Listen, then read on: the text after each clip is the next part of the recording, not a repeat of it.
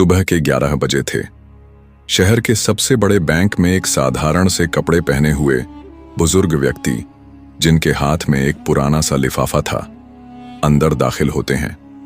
जैसे ही वह बैंक में प्रवेश करते हैं, अंदर मौजूद सभी ग्राहक और बैंक कर्मचारी उन्हें अजीब नजरों से देखने लगते हैं। इस बुजुर्ग व्यक्ति का नाम था चरणदास। चरणदास जी के एक हाथ में छड़ी थी और दूसरे में वही पुराना लिफाफा। वह धीरे धीरे ग्राहकों के लिए बने काउंटर की तरफ बढ़ते हैं। इस काउंटर पर एक महिला कर्मचारी बैठी थी, जिसका नाम था सीमा।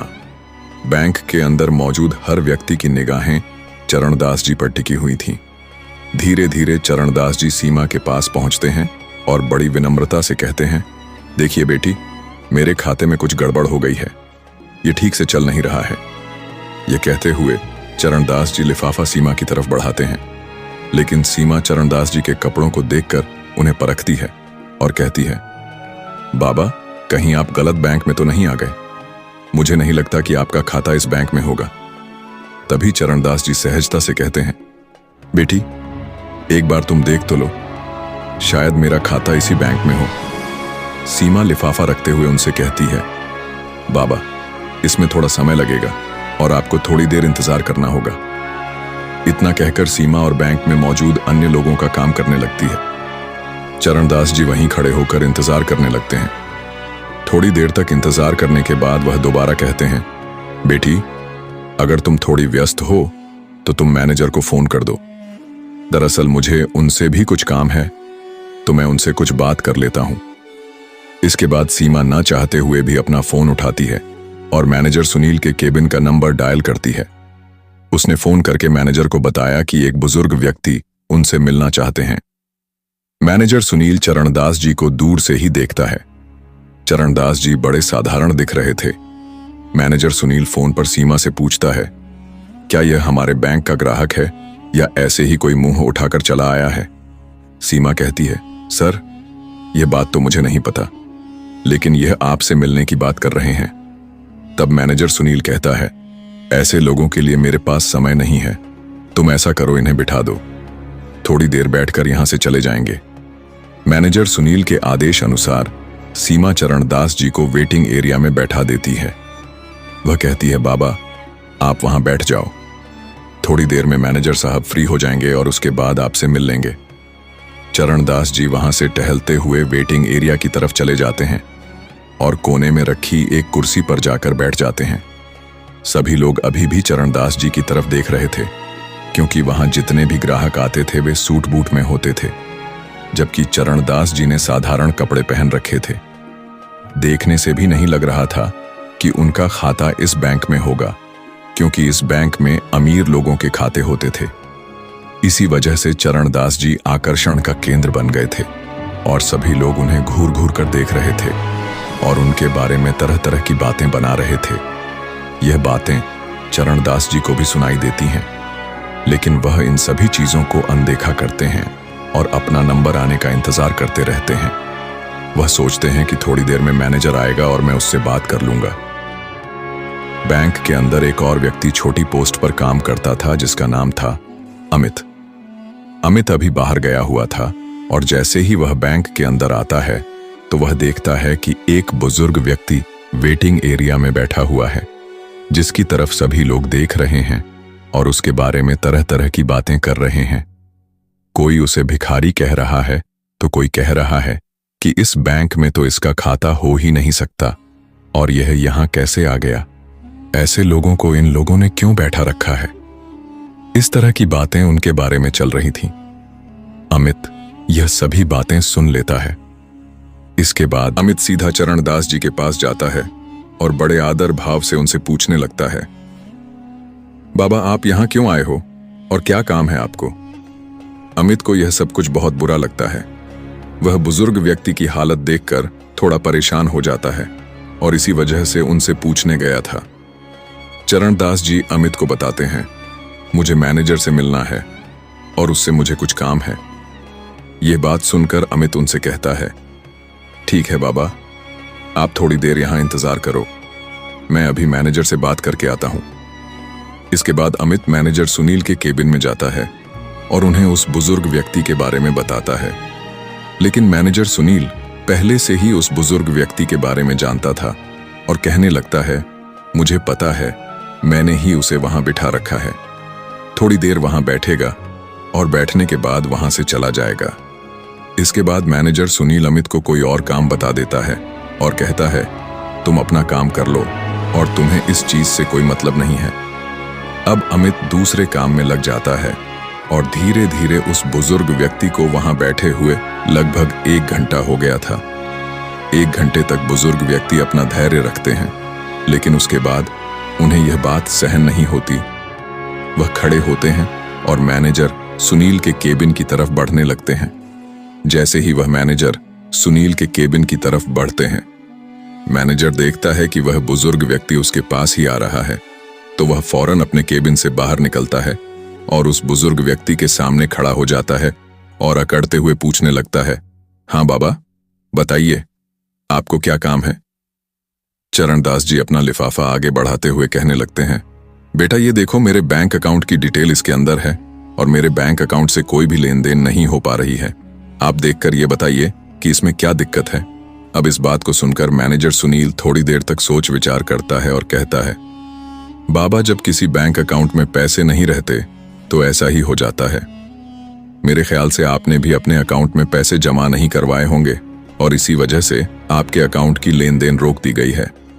इसके बाद बुजुर्ग व्यक्ति बड़े ही विनम्र भाव से कहने लगते हैं, बेटा पहले तुम एक बार अकाउंट को चेक तो कर लो, उसके बाद ही कुछ मुझे बताओ तो ही अच्छा रहेगा। इस तरह से तुम कैसे बता सकते हो? तो मैनेजर सुनील हंसने लगता है और हंसते हुए कहता है, बाबा ये सालों का अनुभव है और सालों से मैंने यही काम किया है। आप जैसे लोगों की शक्ल को देखकर मैं बता देता हूं कि कौन व्यक्ति किस तरह का है, किसने अपने अकाउंट में कितना पैसा जमा किया होगा। तो आपके अकाउंट में तो मुझे कुछ भी दिखाई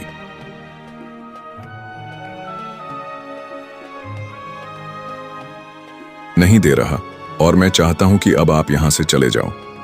सभी ग्राहक आपकी तरफ देख रहे हैं और बैंक के अंदर एक अलग तरह का माहौल बन रहा है। इसके बाद चरणदास जी उस लिफाफे को उसकी टेबल पर रखते हैं और कहते हैं, ठीक है बेटा, मैं तो चला जाऊंगा, लेकिन तुम इस लिफाफे में जो भी डिटेल लिखी हुई है उनको एक बार जरूर देख लेना।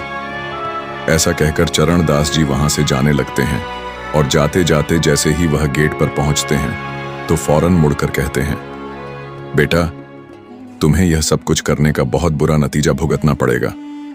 ऐसा कहकर चरणदास जी बैंक के मुख्य द्वार से बाहर निकल गए और टहलते टहलते वहां से चले जाते हैं। इसके बाद जब मैनेजर सुनील को यह बात सुनाई देती है कि तुम्हें बहुत कुछ भुगतना पड़ेगा, तो थोड़ा सा तो उसे लगता है, लेकिन फिर वह सोचता है कि बुढ़ापे में ऐसे ही कह दिया होगा, कोई भी कैसी भी दिक्कत नहीं है। मैनेजर सुनील अपने काम पर चला जाता है। इधर टेबल पर वह लिफाफा पड़ा हुआ था, जिस लिफाफे के अंदर बुजुर्ग व्यक्ति के बैंक अकाउंट की डिटेल थी। इसके बाद जो अमित होता है वहां से उस लिफाफे को उठा लेता है और अपने कंप्यूटर के सर्वर में लॉग इन करके उस लिफाफे के अंदर दी गई जानकारी के हिसाब से ढूंढने लगता है। ढूंढने के बाद जब पुराना रिकॉर्ड खंगाला जाता है तो उसे पता चलता है कि यह जो व्यक्ति यहां पर आया था, ये इस बैंक का एक तरह से मालिक ही है, क्योंकि इस बैंक के 60% शेयर इनके पास ही हैं। अब इस बात को सुनकर वह बड़ा ही हैरान होता है और भी अच्छी तरह से उस डिटेल को पढ़ने लगता है। तो डिटेल को पढ़ने के बाद वह पूरी तरह से कंफर्म हो जाता है कि यह इस बैंक के मालिक ही हैं। इसके बाद अमित उस रिपोर्ट की कॉपी निकालता है और कॉपी निकालकर बैंक मैनेजर सुनील के पास जाने लगता है। बैंक मैनेजर सुनील अपने केबिन में किसी अमीर ग्राहक से बात कर रहे थे और उन्हें तरह तरह की स्कीमें बता रहे थे। इसके बाद अमित में आई कम इन करके केबिन के अंदर आने लगता है। बैंक मैनेजर सुनील उसे इशारा करता है और इशारे से पूछने लगता है कि किस लिए तुम यहाँ पर आए हो। उसके बाद जो अमित होता है वह इशारों से ही बता देता है कि यह एक रिपोर्ट है जो उस व्यक्ति की है जो वहां पर आया था और आपने उसे ऐसे ही यहाँ से भेज दिया। आप एक बार इस पर नजर डाल लेंगे तो अच्छा रहेगा। ऐसा कहकर अमित ने वह रिपोर्ट मैनेजर साहब की टेबल पर रख दी थी, लेकिन तभी जो मैनेजर साहब होते हैं अपने उस ग्राहक से थोड़ी देर के लिए एक्सक्यूज लेते हैं और कहते हैं, देखो भाई अमित, हमारे पास ऐसे वैसे लोगों के लिए समय नहीं है। इसके बाद अमित बड़े आदर भाव से मैनेजर साहब से कहने लगता है, अगर आप इसको एक बार देख लें तो बड़ा ही अच्छा रहेगा। लेकिन जो मैनेजर सुनील है वह उस रिपोर्ट को आगे की तरफ सरकाते हुए कहता है, मुझे इसको नहीं देखना और मुझे ऐसे ग्राहकों में कोई भी दिलचस्पी नहीं है। ऐसा कहकर उसने रिपोर्ट को अमित की तरफ बढ़ा दिया था और अमित उस रिपोर्ट को वहां से लेकर अपने काम में लग जाता है। बैंक के अंदर का माहौल अब शांत हो गया था। सभी लोग अपने काम में लग गए थे और धीरे धीरे शाम हो जाती है। चरणदास जी की वापसी। दूसरे दिन उसी समय पर, जिस समय पर चरणदास जी आए थे उसी समय पर फिर से आते हैं। लेकिन आज उनके साथ एक सूट बूट वाला व्यक्ति था जिसके हाथ में एक ब्रीफ केस भी नहीं दे रहा। और मैं चाहता हूं कि अब आप यहां से चले जाओ। सभी ग्राहक आपकी तरफ देख रहे हैं और बैंक के अंदर एक अलग तरह का माहौल बन रहा है। इसके बाद चरणदास जी उस लिफाफे को उसकी टेबल पर रखते हैं और कहते हैं, ठीक है बेटा, मैं तो चला जाऊंगा, लेकिन तुम इस लिफाफे में जो भी डिटेल लिखी हुई है उनको एक बार जरूर देख लेना। ऐसा कहकर चरणदास जी वहां से जाने लगते हैं और जाते जाते जैसे ही वह गेट पर पहुंचते हैं तो फौरन मुड़कर कहते हैं, बेटा, तुम्हें यह सब कुछ करने का बहुत बुरा नतीजा भुगतना पड़ेगा। ऐसा कहकर चरणदास जी बैंक के मुख्य द्वार से बाहर निकल गए और टहलते टहलते वहां से चले जाते हैं। इसके बाद जब मैनेजर सुनील को यह बात सुनाई देती है कि तुम्हें बहुत कुछ भुगतना पड़ेगा तो थोड़ा सा तो उसे लगता है, लेकिन फिर वह सोचता है कि बुढ़ापे में ऐसे ही कह दिया होगा, कोई भी कैसी भी दिक्कत नहीं है। मैनेजर सुनील अपने काम पर चला जाता है। इधर टेबल पर वह लिफाफा पड़ा हुआ था जिस लिफाफे के अंदर बुजुर्ग व्यक्ति के बैंक अकाउंट की डिटेल थी। इसके बाद जो अमित होता है वहां से उस लिफाफे को उठा लेता है और अपने कंप्यूटर के सर्वर में लॉग इन करके उस लिफाफे के अंदर दी गई जानकारी के हिसाब से ढूंढने लगता है। ढूंढने के बाद जब पुराना रिकॉर्ड खंगाला जाता है तो उसे पता चलता है कि यह जो व्यक्ति यहां पर आया था ये इस बैंक का एक तरह से मालिक ही है, क्योंकि इस बैंक के 60% शेयर इनके पास ही हैं। अब इस बात को सुनकर वह बड़ा ही हैरान होता है और भी अच्छी तरह से उस डिटेल को पढ़ने लगता है। तो डिटेल को पढ़ने के बाद वह पूरी तरह से कंफर्म हो जाता है कि यह इस बैंक के मालिक ही हैं। इसके बाद अमित उस रिपोर्ट की कॉपी निकालता है और कॉपी निकालकर बैंक मैनेजर सुनील के पास जाने लगता है। बैंक मैनेजर सुनील अपने केबिन में किसी अमीर ग्राहक से बात कर रहे थे और उन्हें तरह तरह की स्कीमें बता रहे थे। इसके बाद अमित में आई कम इन करके केबिन के अंदर आने लगता है। बैंक मैनेजर सुनील उसे इशारा करता है और इशारे से पूछने लगता है कि किस लिए तुम यहां पर आए हो।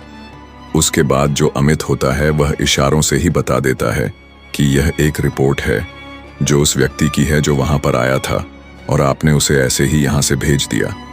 आप एक बार इस पर नजर डाल लेंगे तो अच्छा रहेगा। ऐसा कहकर अमित ने वह रिपोर्ट मैनेजर साहब की टेबल पर रख दी थी।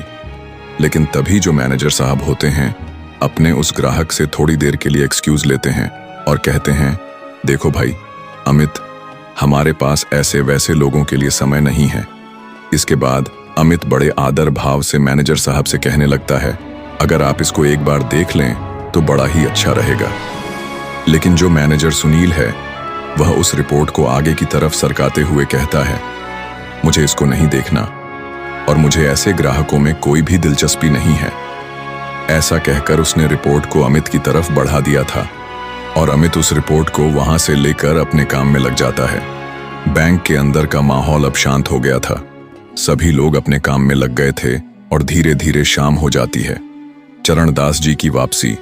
दूसरे दिन उसी समय पर, जिस समय पर चरणदास जी आए थे उसी समय पर फिर से आते हैं। लेकिन आज उनके साथ एक सूट बूट वाला व्यक्ति था जिसके हाथ में एक ब्रीफ केस भी